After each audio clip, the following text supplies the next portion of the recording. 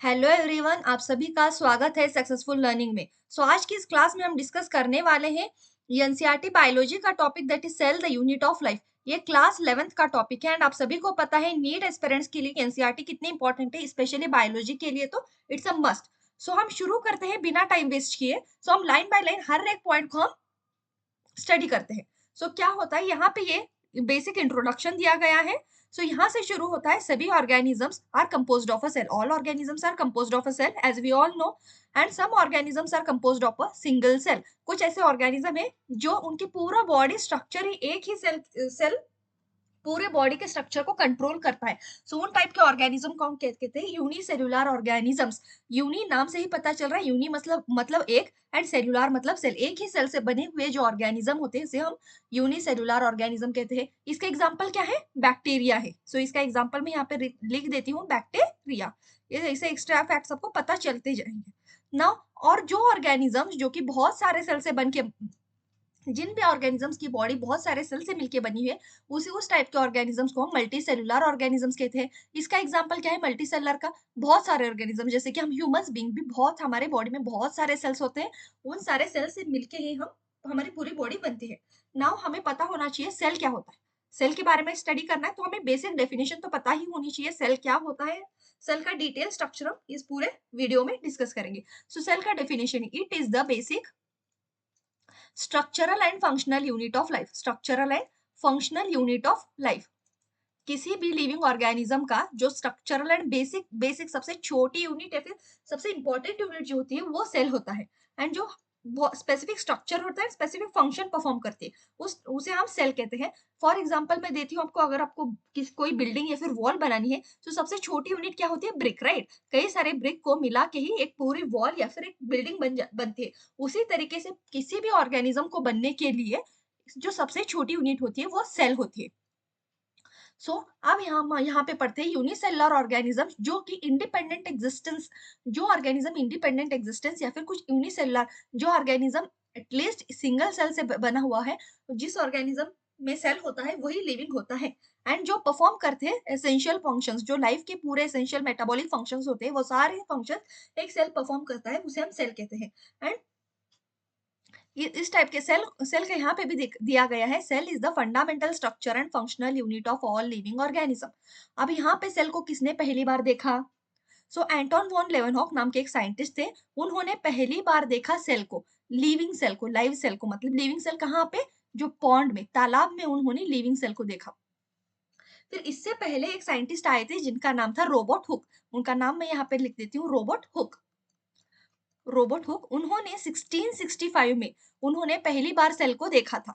लेकिन इन्होंने कौन से सेल को देखा था? डेड सेल को देखा था। डेड सेल को कहाँ पे? बार्क ऑफ अ ट्री के अंदर।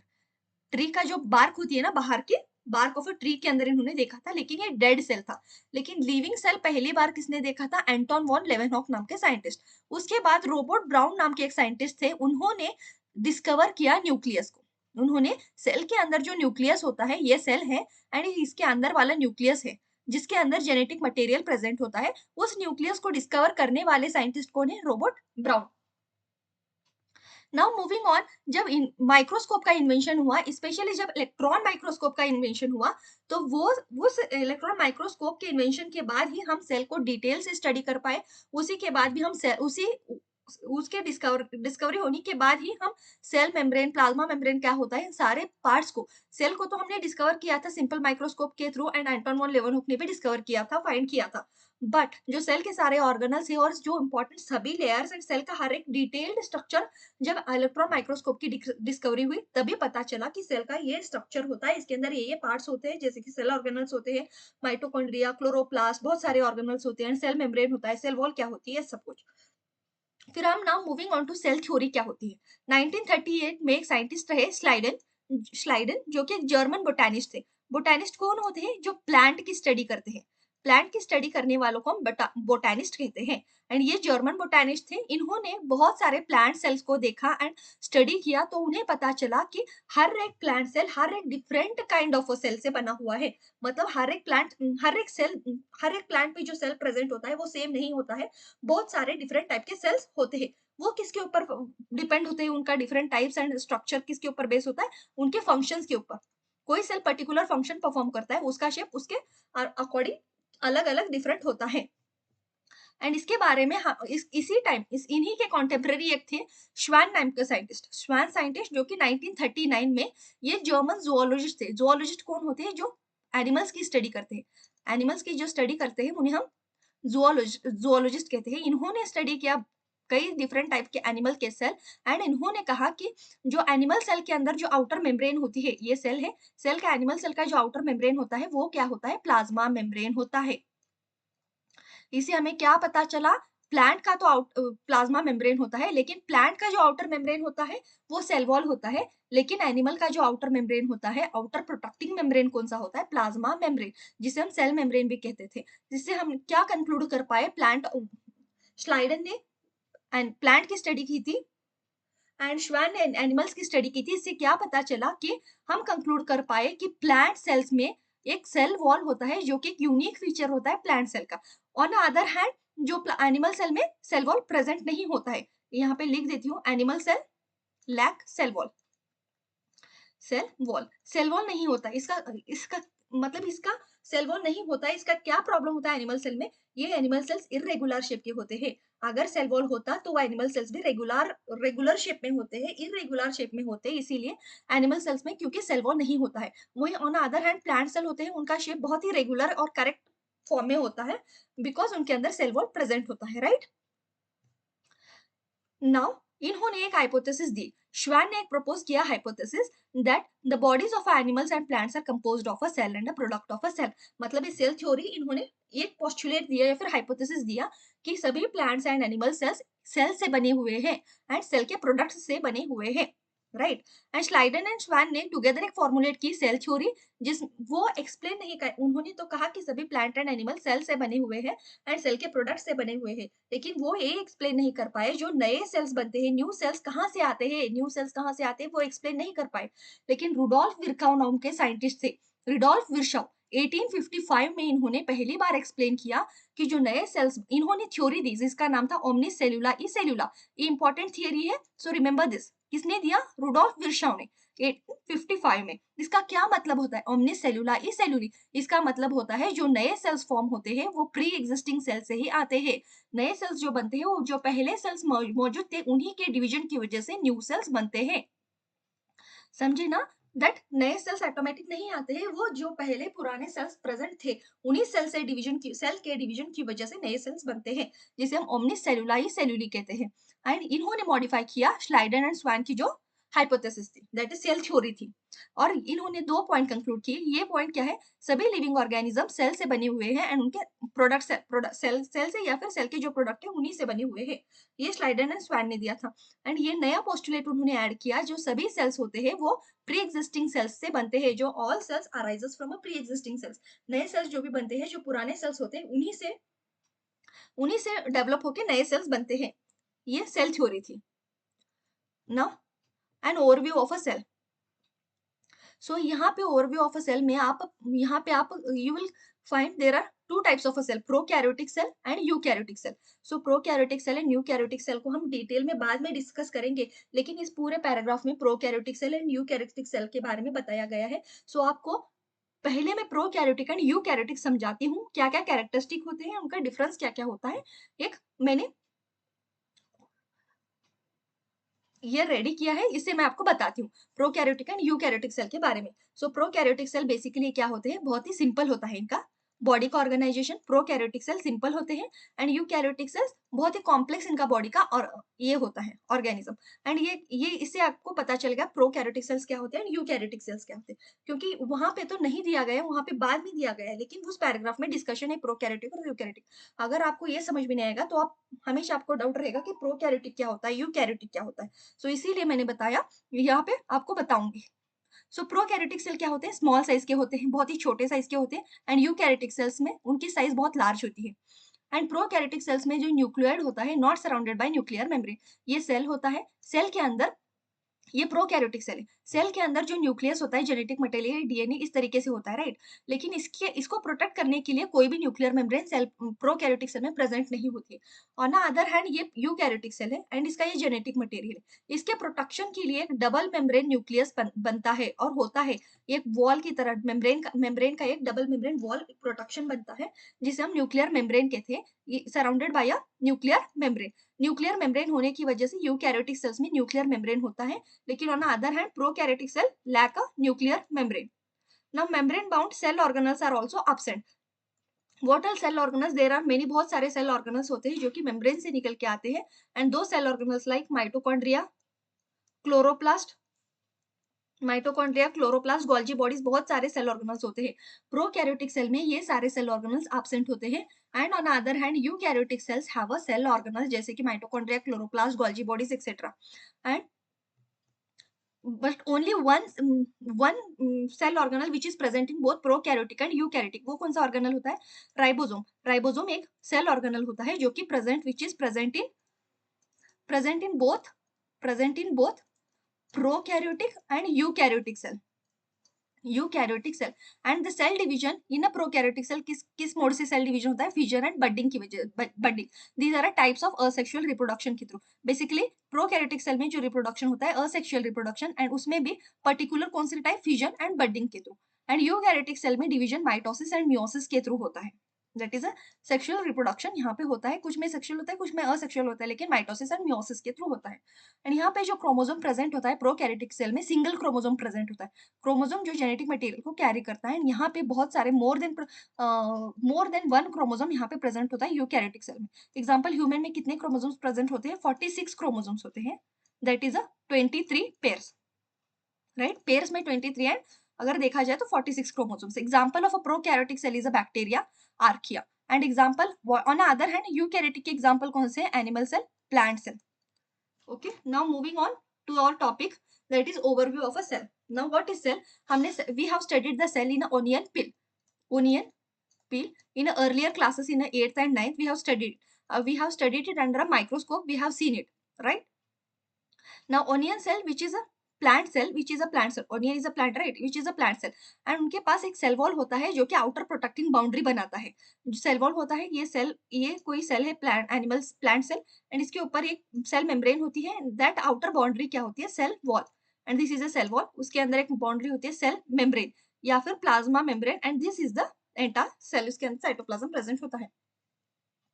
सो now plant cell, onion cell एक प्लांट सेल है जिसके अंदर सेल वॉल हमने देखा है, एंड उसके अंदर, उसके सेल वॉल के अंदर एक मेम्ब्रेन होता है जिसे हम सेल मेम्ब्रेन या फिर प्लाज्मा मेम्ब्रेन कहते हैं।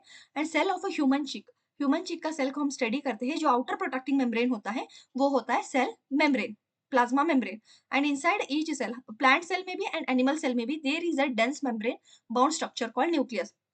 In every cell there is a inside one dense membrane bound. It is bounded by a membrane bound structure which is called as a nucleus. Nucleus has a DNA, genetic material. Nucleus में genetic material होता है DNA के form में, and this nucleus contain a chromosome which in turn contain a genetic material. Chromosome के अंदर ही उनका genetic material होता है DNA. So what is DNA? Full form of a DNA is deoxyribonucleic acid. Deoxyribonucleic acid. Mostly सभी organism में जो genetic material होता है वो डीएनए होता है, लेकिन कुछ ऐसे ऑर्गेनिज्म है जैसे कि वायरस, उनके अंदर जो जेनेटिक मटेरियल होता है that is RNA, that is ribonucleic acid. So nucleus के अंदर जेनेटिक मटेरियल क्रोमोसोम्स होते हैं जो कि कोड करते हैं जेनेटिक मटेरियल को, that is DNA. And cell have a membrane bound nuclei are called eukaryotic cell.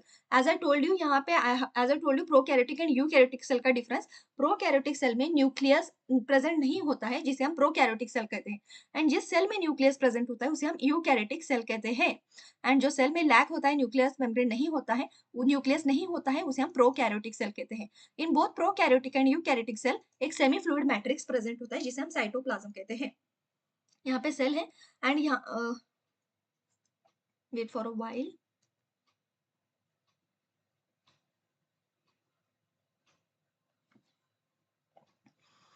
Now this is a cell, if this is a cell and this is a cell membrane bahar wala hai, this is a cell wall, and here is a nucleus, right? Nucleus, and this portion, other than a nucleus, it has a fluid matrix, that is a liquid matrix, liquid substance which is called as a cytoplasm, which is called as a cytoplasm. And in this cytoplasm, इसी cytoplasm में कई सारे cell organelle suspend यहीं पे रहते हैं, बहुत सारे सेल ऑर्गेनल साइटोप्लाज्म में ही होते हैं, एंड जो सेल की सारी एक्टिविटीज होती है वो भी साइटोप्लाज्म में ही होती है. So that is a important site for all the activities of a cell. So in a prokaryotic cell and eukaryotic cell जो सेमी फ्लूइड मैट्रिक्स होता है, सेमी लिक्विड मैट्रिक्स होता है, जिसे हम साइटोप्लाज्म कहते हैं, जेल लाइक मैट्रिक्स होता है, जो कि मोस्टली सेल का 90% वॉल्यूम यही ऑक्यूपाई करता है. सभी सेल का सबसे ज्यादा वॉल्यूम साइटोप्लाज्म ही ऑक्यूपाई करता है. And cytoplasm is the main arena, as I told you सभी सेलुलर एक्टिविटीज यहीं पे होते हैं, बिकॉज यहाँ पे सारे सेल ऑर्गेनल्स प्रेजेंट होते हैं, एंड सारे सेल ऑर्गेनल्स ही पूरे सेल की एक्टिविटी को कंडक्ट करते हैं. तो सेल ऑर्गेनल्स प्रेजेंट होने की वजह से साइटोप्लाज्म में, सो साइटोप्लाज्म एक मेन साइट होता है सारे सेल के एक्टिविटीज को कंट्रोल करने के लिए, दोनों प्लांट सेल में भी एंड एनिमल सेल में भी. एंड बहुत सारे chemical reactions, various chemical reactions occurs in it, जिस लिविंग सेल में. Beside the nucleus eukaryotic cell में, एज आई टोल्ड यू, बहुत सारे मेम्ब्रेन बाउंड ऑर्गेनल्स होते हैं, बहुत सारे ऑर्गेनल्स होते हैं जिनके प्रोटेक्शन के लिए, जिनके बाहर मेम्ब्रेन्स होते हैं. कोई सेल ऑर्गेनल डबल मेम्ब्रेन से बना हुआ है, कोई सिंगल मेम्ब्रेन से बना हुआ है, एंड कुछ ऐसे सेल ऑर्गेनल्स है जिनका कोई मेम्ब्रेन नहीं है, मतलब बाहर उनके प्रोटेक्शन के लिए कोई मेम्ब्रेन नहीं है. सो जिन ऑर्गेनिजम्स में, जिन सेल्स में मेम्ब्रेन बाउंड ऑर्गेनल्स प्रेजेंट होते हैं, सेल और उसे हम सेल ऑर्गेनल्स कहते हैं. एंड वो अगर प्रेजेंट होते हैं जैसे कि endoplasmic reticulum, Golgi complex, lysosome, mitochondria, microbodies, vacuoles, ये सारे सेल ऑर्गेनल्स जिस सेल में प्रेजेंट होते हैं उसे हम वो यूकैरियोटिक सेल होता है. एंड जो भी सेल होता है जिसके अंदर ये सारे सेल ऑर्गेनल्स एब्सेंट होते हैं, दो cells are prokaryotic cell. Now सभी सेल ऑर्गेनल्स मेम्ब्रेन बाउंड है, उनके बाहर एक मेम्ब्रेन प्रेजेंट होता है, लेकिन राइबोसोम एकमात्र सेल ऑर्गेनल्स है जो नॉन मेम्ब्रेन बाउंड है, उसको बाइंड करने के लिए बाहर से कोई भी मेम्ब्रेन नहीं है. एंड ये organelle both prokaryotic and eukaryotic cell में प्रेजेंट होता है. As I told you here, as I written here also, ribosome which is present in both prokaryotic and eukaryotic cells, right? So this is the only cell organelle. Now within a cell, ribosomes are found not only in a cytoplasm but also within the two cell organelles. So cell के अंदर cytoplasm में तो ribosomes present होते ही होते हैं, जो कि prokaryotic cell में भी present होते हैं, eukaryotic cells में भी present होते हैं. लेकिन eukaryotic cells में हमें पता है cell organelles present होते हैं, जैसे कि mitochondria, chloroplast. ये जो दो cell organelles है, इनके अंदर भी ribosome present होता है. इनके अंदर भी क्लोरोप्लास्ट एंड माइटोकॉन्ड्रिया, इनके अंदर भी राइबोसोम प्रेजेंट होता है. एंड रफ एंडोप्लाज्मिक रेटिकुलम के ऊपर भी राइबोसोम प्रेजेंट होता है. ये नाम रफ एंडोप्लाज्मिक रेटिकुलम इसी वजह से आया है क्योंकि उनके सरफेस के ऊपर राइबोसोम्स प्रेजेंट होते हैं. And this is a very important point. So this is a very important fact जो कि पूछा जाता है, बहुत बार क्वेश्चन आया है. ऐसे कौन से सेल ऑर्गेनल्स है जिनके अंदर राइबोसोम प्रेजेंट होता है, ऐसे कौन से ऑर्गेनल्स है जिनके अंदर राइबोसोम प्रेजेंट होता है, वो है chloroplast and mitochondria. And animal cell contain another non membranous bound. So plant cell में तो राइबोसोम होता है नॉन मेम्ब्रेनस, एंड जो एनिमल सेल में एक और ऑर्गेनल होता है जिसे हम सेंट्रोजोम कहते हैं, इसके भी बाहर प्रोटेक्शन के लिए कोई मेम्ब्रेन नहीं होता है, वो सेंट्रोजोम है. एंड इस सेंट्रोजोम का काम क्या होता है, सेल डिवीजन में हेल्प करता है. एंड ये सेंट्रोजोम प्लांट सेल में प्रेजेंट नहीं है. This is also one of the exception. ये भी बहुत इंपॉर्टेंट पॉइंट है. whether plant cell have a cell organelle or not, वो पूछा जाता है. सो प्लांट सेल में सेंट्रोजोम नहीं होता है एंड एनिमल सेल में प्रेजेंट होता है. इसका काम क्या होता है, सेल डिवीजन का. Further will study in detail, but यहाँ तक remember this. Cell different greatly in a size, shape and activities. There are different shapes and size of a cells. किसके ऊपर बेस होते हैं, it is based upon, depending upon their function, depending upon their function, function के ऊपर depend. कौन सा cell particular function perform करता है उसके अकॉर्डिंग उसका शेप और साइज होता है. सो फॉर एग्जांपल सबसे छोटा सेल कौन सा है, माइकोप्लाज्मास, जो कि स्मॉलेस्ट सेल है, ओनली 0.3 माइक्रोमीटर इन लेंथ. उसकी लेंथ कितनी है, 0.3 माइक्रोमीटर है. And which is the smallest cell, this is also important fact, that is mycoplasma, which is the smallest cell, mycoplasma. And इसका क्या होता है, length 0.3 micrometre. On other hand bacteria, bacteria का size होता है 3 to 5 micrometre. This is the size of a bacteria. Bacteria size is 3 to 5 micrometer. And जो सबसे largest cell होता है पूरे, सबसे लार्जेस्ट सेल कौन सा है, होता है एग ऑफ ऑस्ट्रिच. ऑस्ट्रिच में शुतुरमुर्ग, शुतुरमुर्ग का अंडा, that is egg of ostrich is a largest cell. Okay, these are superlatives. So these are important. Largest कौन सा होता है, स्मॉलेस्ट कौन सा होता है, right. Now among a multicellular organism, human के अंदर जो आरबीसी होती है, रेड ब्लड सेल, जो आरबीसी ब्लड के अंदर पाई जाती है, आरबीसी, उसका साइज होता है 7 माइक्रोमीटर इन डायमीटर, उसका डायमीटर 7 माइक्रोमीटर इन डायमीटर होता है। एंड जो नर्व सेल होता है, जो हमारे नर्वस सिस्टम में, नर्व में, ब्रेन में जो सेल्स रहते हैं, उसे हम नर्व सेल कहते हैं, एंड वो सबसे लॉन्गेस्ट सेल होती है हमारे बॉडी की।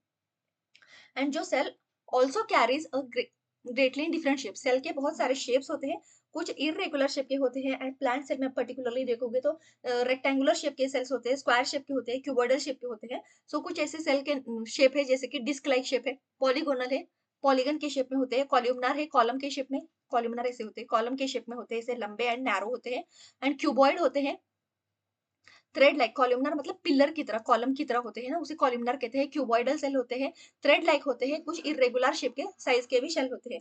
And shape of a cell में vary with the function they perform, जैसे कि मैंने बताया, इनका शेप किसके ऊपर डिपेंड होता है, जो वो फंक्शन करते हैं, जो काम करते हैं, उसके ऊपर डिपेंड उनके शेप एंड साइज होते हैं। Now these are some of the images of a cell. This is a red blood cell, जो कि राउंड शेप का होता है एंड बाई कॉन्केव शेप का होता है। These are red blood cells. Now this is a white blood cells, WBC, जो amoeboid shape के होते हैं, मतलब irregular shape. As you see, each cell has a different shape, right? These have irregular shape. कोई particular shape नहीं है. And this is a columnar epithelial cell. Columnar epithelial cells like it is a column like pillar like. लंबे होते हैं, संकरे होते हैं, narrow होते हैं, राइट? ये है नर्व सेल, ये ब्रांचड फॉर्म में होता है, बहुत लॉन्गेस्ट, ये ह्यूमन का लॉन्गेस्ट सेल है, लॉन्गेस्ट सेल है ना ह्यूमन। ह्यूमन में लॉन्गेस्ट सेल कौन सा होता है? नर्व सेल होता है, which is a branched and long. यहाँ पे जो सेंट्रल का न्यूक्लियस होता है, उसके उससे कई सारे ब्रांचेस की तरह ये सारे नेल्स स्प्रेड होता है, इसे हम ब्रांचड सेल कहते हैं। एंड ये ट्रैकियड है, जो कि ट्रैकियड सेल, ये इलोंगेटेड है, लंबा है, दैट इज ये जाइलम में भी प्रेजेंट होता है। एंड मीजोफिल सेल्स, जो कि राउंड एंड ओवल शेप के होते हैं, मीजोफिल सेल्स प्लांट में भी पाए जाते हैं, प्लांट में पाए जाते हैं mesophyll cells, round and oval shape के हैं। Now moving on to the prokaryotic cell. Prokaryotic cell represented by bacteria, blue green algae. So let's stop here. In our next lecture, we will study about a prokaryotic cell. Till then, we will, in the next class, we will study prokaryotic cells. So for now, thank you so much. Like, share and subscribe.